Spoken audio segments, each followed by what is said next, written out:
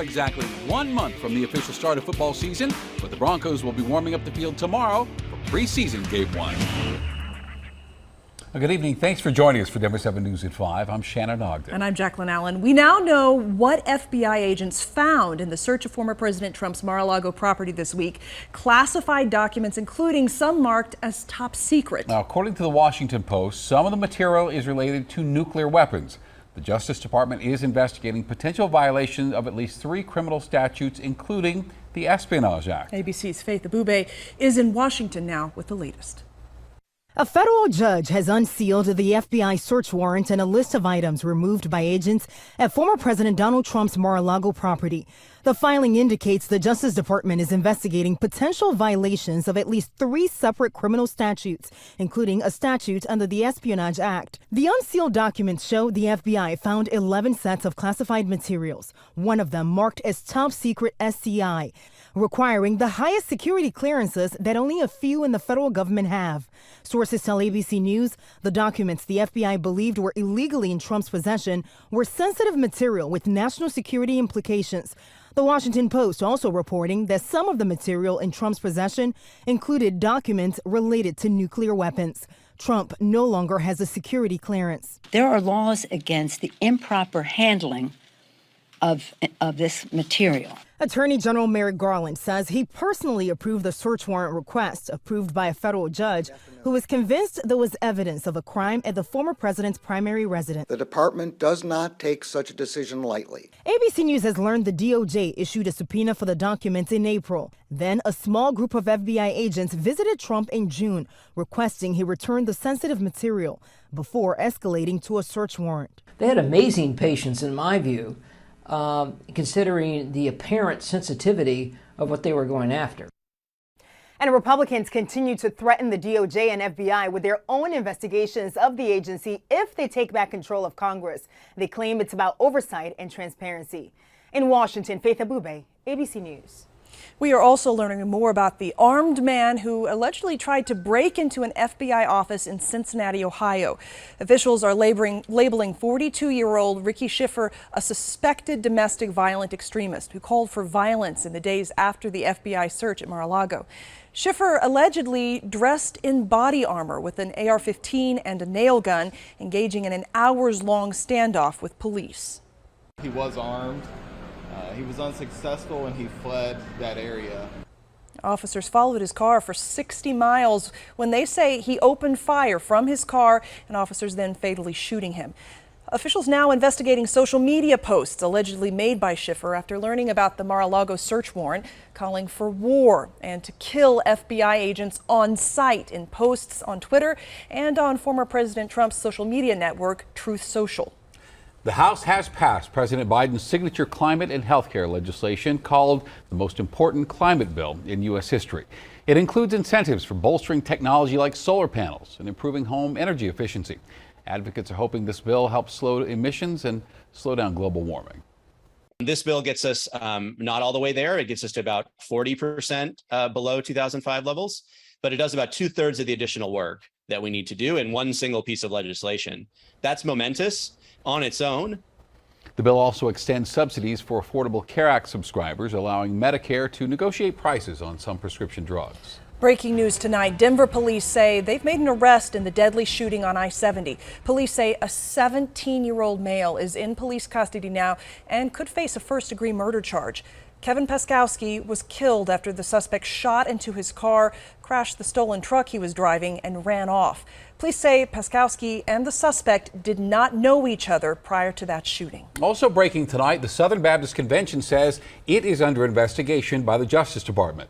Multiple reports say the DOJ will look into the organization's response to sexual abuse following that bombshell report in May released by the denomination that showed it stonewalled survivors of clergy sex abuse over 2 decades while trying to protect its own reputation. The Southern Baptist Convention is the largest Protestant denomination in the U.S. with some 14 million members. It's been nearly 3 years now since Elijah McClain died in police custody. His death, of course, led to protests and demands for accountability and a new level of oversight for Aurora Police. And today, attorneys for the 3 officers and 2 paramedics charged with his death asked for more time before entering their plea. Denver 7's Bayan Wang was in the Adams County Courthouse for today's hearing.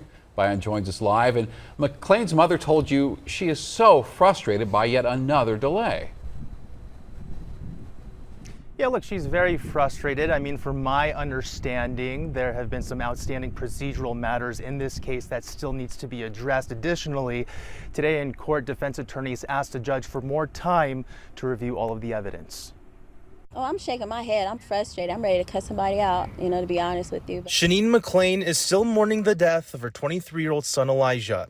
She showed up to Adams County Court Friday to see how the 3 former Aurora police officers and 2 former paramedics charged in his death will plea. Yet they're looking for more time. McLean would learn that Friday's arraignment is being pushed back several months. It's still frustrating, because Elijah didn't get that time. Elijah didn't even get to walk home. Elijah died nearly 3 years ago after officers stopped him as he was walking home from a convenience store. Officers pinned McLean down with a carotid hold, and paramedics gave him too high of a dose of ketamine. McLean went into cardiac arrest, was declared brain dead, and died a week later. Initially, a review board determined that the officers acted within department policy during the incident, but in September of 2021, a state grand jury returned a 32-count indictment against Nathan Woodyard. Nathan, can you comment on the charges filed against you? Randy Rodema. Randy, can you comment on these charges? And Jason Rosenblatt, the 3 Aurora police officers, and Jeremy Cooper and Peter Chikuniak, the 2 Aurora fire rescue paramedics. All 5 men facing multiple charges, including manslaughter and criminally negligent homicide.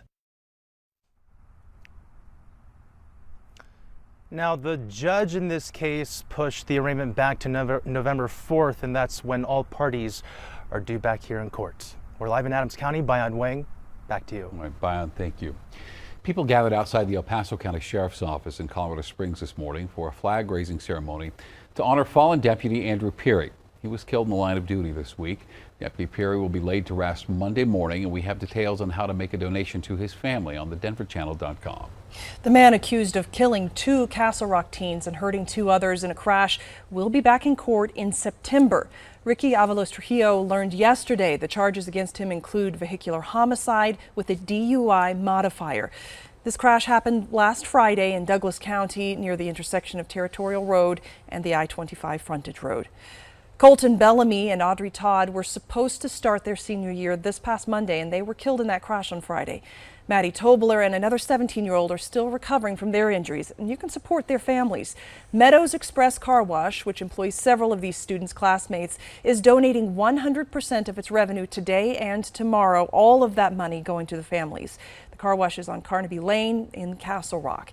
And the group Dads of Castle Rock is hosting an all-you-can-eat pancake and sausage breakfast for $10 a person. It's this Sunday from 8 a.m. to noon in the back parking lot of Castleview High School. All right, let's take a live look at Empower Field, shall we? The stadium will be filled tomorrow night. Broncos hosting the Dallas Cowboys for preseason Game 1. And if you're lucky enough to snag tickets, here's what you should know. The first parking lot to open, Lot C, opens at 1 o'clock tomorrow afternoon. All other lots open at 2:30. Gates open at 5, and kickoff is just after 7 o'clock. Coming up, the CDC has new recommendations for how to handle COVID. We'll break down the changes. Plus, as grocery bills just keep rising with inflation, one Colorado market wants to ease the burden for families. We're helping one another out. And an iconic Denver hotel turns 130 years old. We'll take an inside look at some hidden gems inside the Brown Palace Hotel.